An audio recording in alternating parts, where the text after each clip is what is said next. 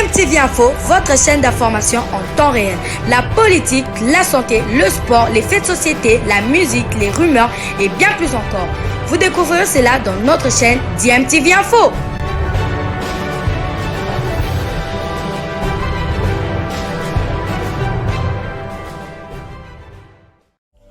Vous êtes sur DMTV, bonjour ou bonsoir, tout dépend de l'heure à laquelle vous nous suivez. Tout plaisir est pour nous de vous retrouver, mais surtout de savoir que vous êtes nombreux en train de suivre votre chaîne YouTube DMTV. DMTV qui vous propose l'actualité, vous propose également des analyses et des réflexions sur des sujets d'actualité, sur des faits sociaux, tout simplement sur des réalités que nous observons ici chez nous en République démocratique du Congo.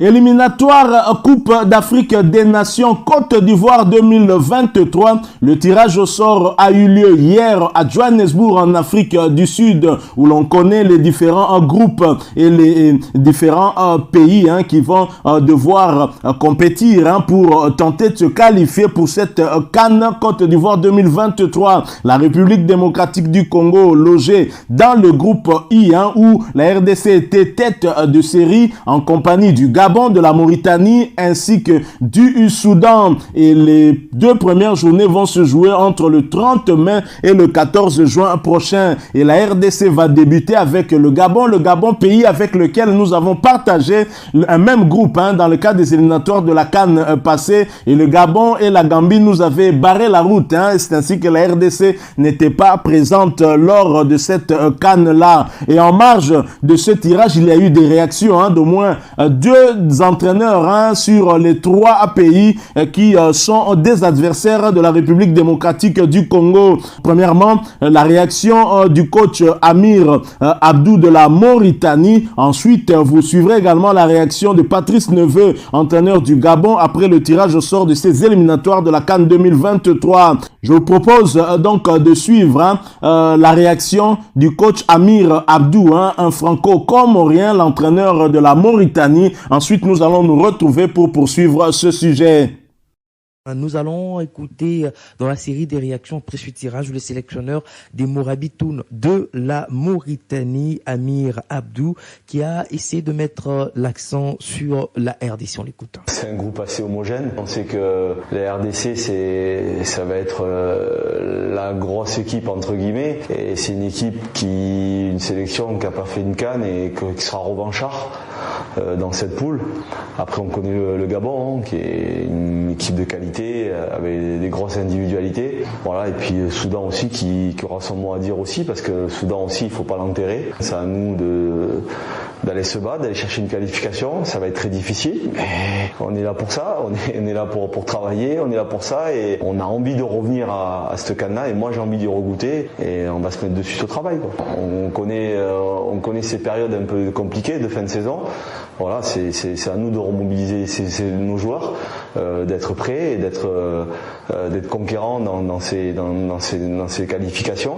Et les points, il faut aller les chercher de suite, parce que faut pas qu'on court après. Donc moi j'ai envie de mettre notre empreinte et être déterminant pour aller chercher vite une qualification si possible.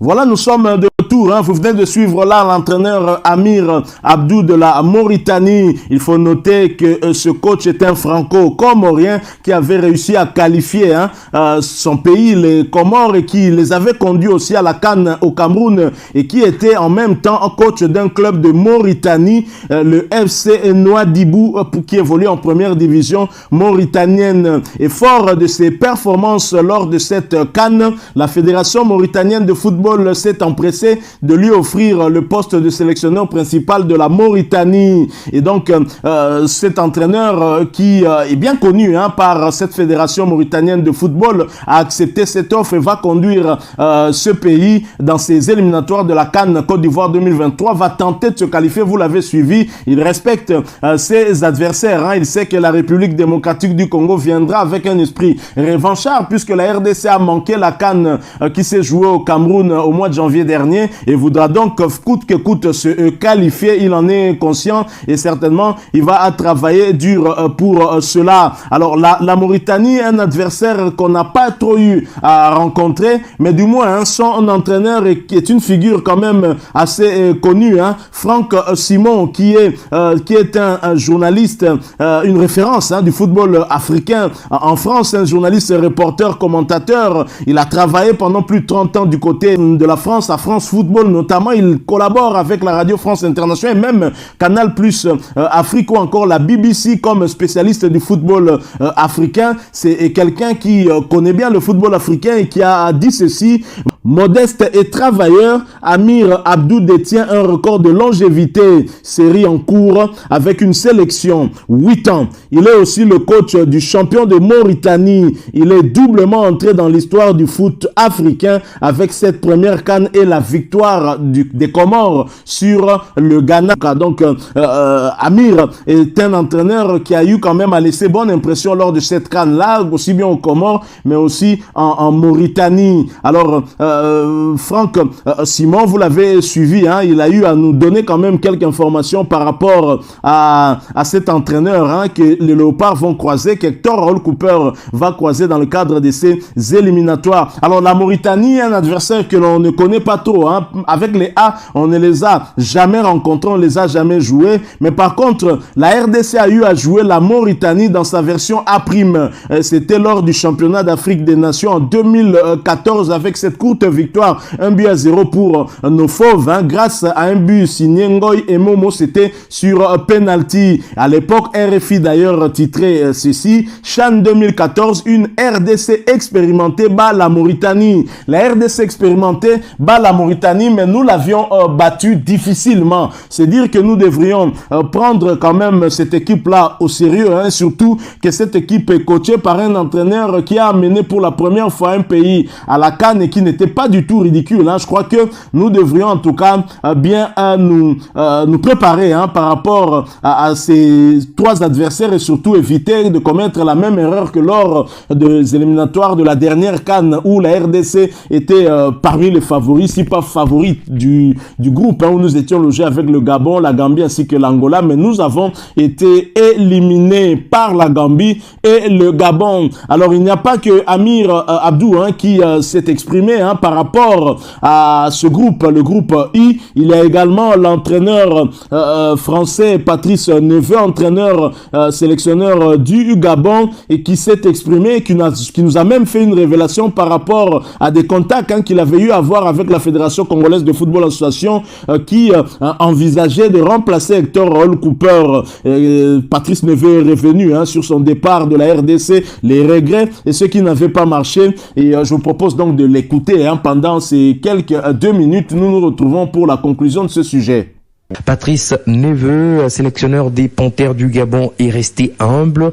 Au téléphone de votre radio, il respecte la RDC tout comme les autres adversaires de ce groupe.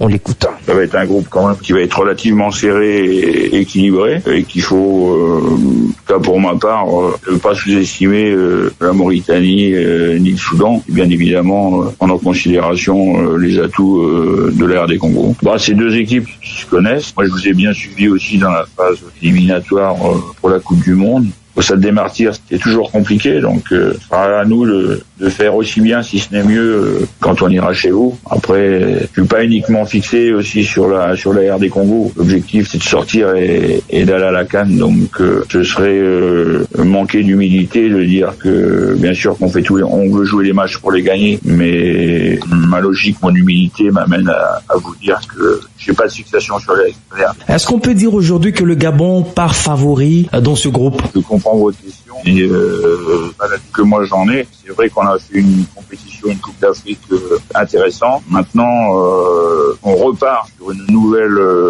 compétition qui est une phase éliminatoire. Patrice Neveu, on a cité votre nom dans les petits papiers de la FECOFA pour remplacer Cooper. Est-ce qu'il y a eu des contacts avec la FECOFA? J'ai eu des contacts, mais je dirais que moi je suis sous contrat au Gabon. J'ai un contrat qui fait que je dois les qualifier pour la CAN 2023 et je vais mettre bien sûr toute mon énergie si je lance. Après le Gabon, au regard de l'offre que la FECOFA vous a présentée, Est-ce qu'on peut un jour rêver un retour de Neveu à la tête du staff technique de la RDC? Pour l'instant, je suis fixé totalement sur le Gabon et sur la compétition qui arrive. Après, vous savez, dans le football, parfois tout peut aller très vite, quoi. Tout peut aller vite. C'était la Patrice Neveu. Vous avez donc suivi. Il a également révélé avoir été contacté par la Fédération congolaise de football association pour succéder à Hector Raoul Couper, qui est passé il y a quelques semaines à côté de son premier grand objectif, celui de qualifier la RDC au mondial 48 ans après la première participation. Le technicien français des 68 ans connaît la sélection congolaise pour y avoir été comme sélectionneur entre 2008 et 2010. Vous l'avez donc suivi en exclusivité sur Top Congo FM. Et s'il faut revenir sur la composition des groupes pour ce tirage, nous avons dans le groupe A le Nigeria, la Sierra Leone, la Guinée-Bissau, le Sao Tome et Principe, dans le groupe B le Burkina Faso, le Cap-Vert, le Togo, les Swatini, dans le groupe C le Cameroun, le Kenya, la Namibie, le Burundi, dans le groupe D, l'Égypte, la Guinée, le Malawi, l'Éthiopie. Dans le groupe E, le Ghana, Madagascar, Angola, République centrafricaine. Dans le groupe F, l'Algérie, l'Ouganda, le Niger et la Tanzanie. Dans le groupe G, le Mali, le Congo-Brazzaville, la Gambie, le Soudan du Sud.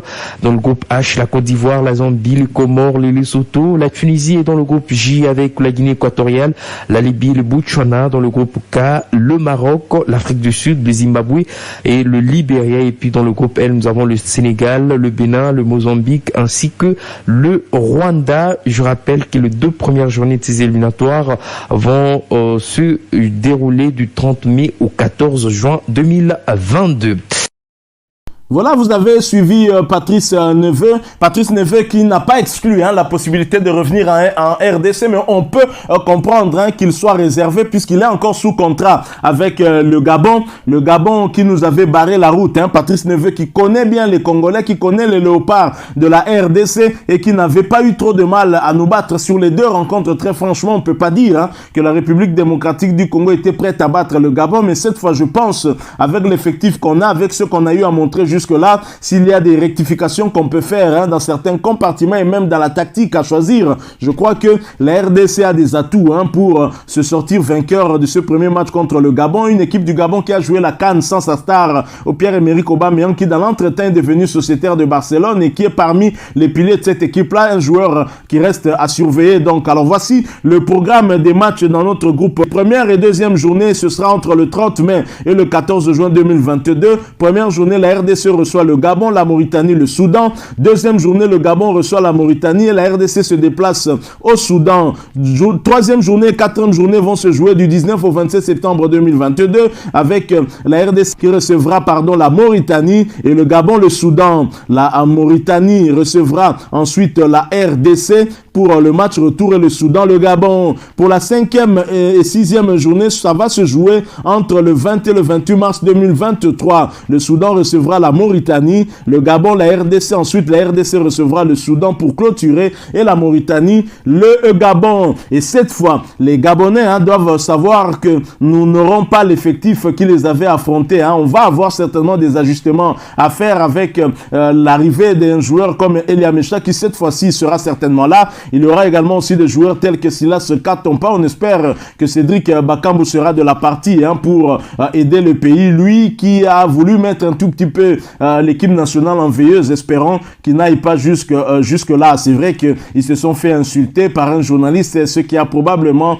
milité à son retrait de l'équipe nationale. Est-ce que Dieu merci Mbokani sera là? Je ne sais pas. Nous espérons que oui, parce qu'il reste quand même le meilleur buteur de tous les temps de la RDC et même dans les éliminatoires de la Coupe du Monde, personne n'a fait mieux que Dieu merci Mbokani. Alors, une blague, certainement, peut-être, mais il y a des gens, j'imagine que ce n'est pas lui-même Guelor Kanga qui l'a fait. On sait que Guelor Kanga est un Congolais, mais une publication attribuée à Guelor Kanga nous fait dire ceci: je vous salue les Congolais, tout en rigolant. Il faut déjà commencer à chercher ma licence et la carte d'électeur. Alors moi, je ne crois pas qu'il s'agit de Guelor Kanga. Je pense qu'il s'agit d'une tierce personne, peut-être même même un Congolais qui a eu à faire cette page Facebook attribuée à Guelor Kanga, qui a eu à faire cette publication. Je ne crois pas qu'un joueur professionnel aille jusqu'à ce niveau-là, mais ce sera des retrouvailles au stade des Martyrs entre Guelor Kanga et les Congolais. J'espère que cette fois-ci, le public sera nombreux au stade pour soutenir les Léopards, les pousser vers la victoire. Le Gabon ne peut pas être une montagne insurmontable pour la RDC. Ça n'a jamais été le cas. Ça ne va pas commencer aujourd'hui, même si nous respectons cette belle équipe qui a de très bons joueurs, tels que Boum Penza, Pierre-Emerick Aubameyang, notre compatriote Guelor Kanga et bien d'autres encore, que je salue d'ailleurs, qui font une très belle carrière. Pour ceux qui évoluent en tout cas en Europe, on les suit beaucoup. Merci à vous qui nous avez suivis. Nous sommes arrivés à la fin de ce sujet. Si vous l'avez aimé, laissez-nous un maximum de j'aime. Merci de partager avec nous votre opinion en nous la laissant à travers un commentaire. Abonnez-vous sur cette chaîne DMTV. Si vous n'êtes pas encore abonné, n'oubliez pas d'activer la petite cloche de notification en cliquant tout simplement sur celle qui apparaîtra lorsque vous serez abonné. Encore une fois, merci à vous. Avec espoir de vous retrouver bientôt dans un autre sujet d'actualité. En attendant, portez-vous bien et DMTV vous dit au revoir. Bilile le kamalo bana